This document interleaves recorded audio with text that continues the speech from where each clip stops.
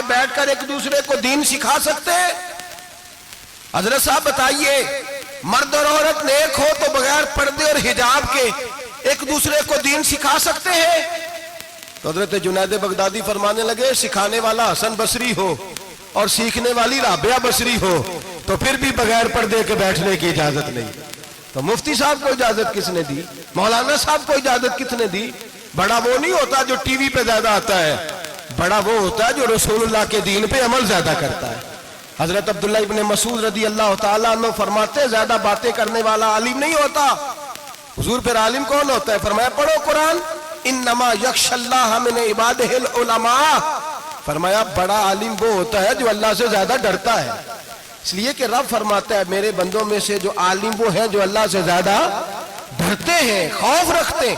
تو میرے بھائی رمضان المبارک میں بچنا ہے، پرہیز کا وقت ہے، تو کوئی شخص بھی کوئی شو نہ دیکھے، میری منت ہے آپ حضرات، کوئی شو نہ دیکھے۔ عورت کا تو پردہ ہے تو ہمیں تو تماشے پہ لگا دیا گیا، عجیب قسم کے ایکٹر آ گئے اور مذہب سکھا رہے ہیں۔ میری اپیل ہے آپ سے کہ سحری افطاری کے وقت ٹیلی ویژن بند رکھیں، کیا چیز کھول کے رکھیں؟ یا قرآن کھول کے رکھیں یا رسول اللہ کا فرمان کھول کے رکھیں، اللہ رسول کی طرف توجہ رکھیں، وہ سیکھنے سکھانے کا وقت ہے۔ چھوڑیں گویوں سے دین سیکھا جائے گا، آپ ہمیں کوئی شکوہ نہیں، یہ پکی توبہ کریں، سویرے آئیں آ کے دین سکھائیں۔ اور میں ان سے بھی اپیل کروں گا کہ آؤ دین سکھاؤ۔ حضرت فضیل بن عیاض فرماتے ہیں میں ڈاکو تھا، کبھی کبھی چھپ چھپا کے جمعہ پڑھا کرتا تھا، پھر میں نے توبہ کی تو سچی توبہ کی، پھر میں نے توبہ کی تو رب کو راضی کرنے والی توبہ کی، پھر میں نے توبہ کی تو چھوڑی ہر شے، غریبوں کا لوٹا ہوا مال واپس کیا، جس کے پیسے نہ دے سکا اس کے گھر میں جا کے اس کی بھینسوں کو چارہ ڈالا، اس کے اونٹوں کی خدمت کی، میں نے قرضے چکائے۔ فرمایا میں سچی توبہ کر کے مسجد آیا، جس خطیب کے پیچھے میں جمعہ پڑھا کرتا تھا وہ میرے ہاتھ پہ بیعت کر کے مرید ہو گیا۔ اللہ تبارک و تعالیٰ نے اپنے بندوں کے دل میری طرف پھیر دیے، پھر تمہیں اس میں انعام دینے کی ضرورت نہیں پڑے گی، پھر تم کٹیا نشین بن کے بھی دین پھیلاؤ گے تو اللہ اس میں تاثیر پیدا فرما دے گا۔ تو روزے کا معنی رکنا ہے، روزے کا معنی بولیے، روزے کا معنی رکنا، کس سے؟ جھوٹ سے، غیبت سے، بدی سے، بدنگاہی، کھانے پینے۔ روزہ کس پہ فرض ہے؟ امیروں پہ کہ غریبوں پہ؟ جی کہنے نے میں تو کام ہی میرا تو کام ہی محنت مزدوری والا، میں کیسے روزہ رکھوں؟ میں تو دیہڑی لگاتا ہوں تو روزہ کیسے رکھوں؟ میں نے نہیں کسی حدیث میں پڑھا کہ روزہ وہ رکھے جو دفتر میں بیٹھتا ہے۔ صحابہ کے زمانے میں تو دفتر ہوتے ہی نہیں تھے، کسی جگہ نہیں لکھا ہوا روزہ وہ رکھے گا جو اے سی میں بیٹھتا ہے، تب تو اے سی تھے ہی نہیں۔ حضرت ابوبکر صدیق رضی اللہ تعالیٰ عنہ سے لے کر جناب بلال تک سارے اپنے ہاتھ سے کام کرتے، سارے اپنے ہاتھ سے کام کرتے، سارے۔ حضرت عمر فاروق رضی اللہ تعالیٰ عنہ خلیفہ وقت ہونے کے باوجود مال غنیمت کے اونٹ چرنے جاتے تھے تو چراگاہ میں چھوڑنے میں جاتے تھے، لینے بھی آتے تھے واپس۔ سارے لوگ اپنے ہاتھوں سے مشقت والے کام کرتے، حضرت بلال مزدوری کرتے، سلمان فارسی مزدوری کرتے، مقداد مزدوری کرتے، صحابہ مزدوریاں کرتے، روزے رکھتے۔ اور رمضان کے جانے کا وقت ہوتا تو در رسول پہ کھڑے ہو کے عرض کرتے محبوبہ دل نہیں بھرا، دل کرتا ہے کبھی رب سارا سال ہی روزے عطا کرے، سارا سال رمضان دے تو ہم سارا سال روزے رکھنے کو تیار ہیں۔ جذبہ تھا، طاقت تھی، ہمت تھی۔ آج نوجوان لڑکا ہے کہتا ہے مجھ سے بھوک برداشت نہیں ہوتی۔ میرے بھائی رب بیماری لا دینا، اللہ سے دعا مانگے اللہ شفائیں عطا فرمائے، اور دعا کریں اللہ آزمائش سے محفوظ فرمائے۔ آپ یقین کریں میں نے لوگوں کو دیکھا ہے حلق سے قطرہ نہیں اترتا، خوراک کی نالی لگی ہوئی ہے، اعلیٰ غذائیں پکی ہوئی پڑی ہیں، عرش کا مالک کہتا ہے میں تیرے حلق سے گزرنے نہیں دوں گا، قانون بن گیا۔ میں نے دیکھا ہے ڈرپ پہ لوگ زندہ ہے، بوتل لگی ہوئی ہے، گلوکوز کی، گزارا چل رہا، اعلیٰ غذائیں پڑی ہیں، لاکھوں روپیہ تجوری میں پڑا ہے۔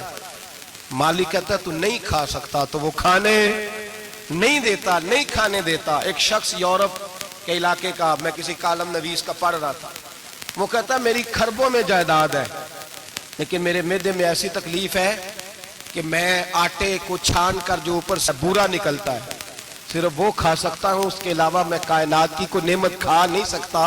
اور میرے بھائی وہ جب چاہے تو بڑے بڑے کھانے کھانے سے تجھے روک دے، تیرے دانت چبانے کے قابل نہ رہے، زبان نگلنے کے قابل نہ رہے،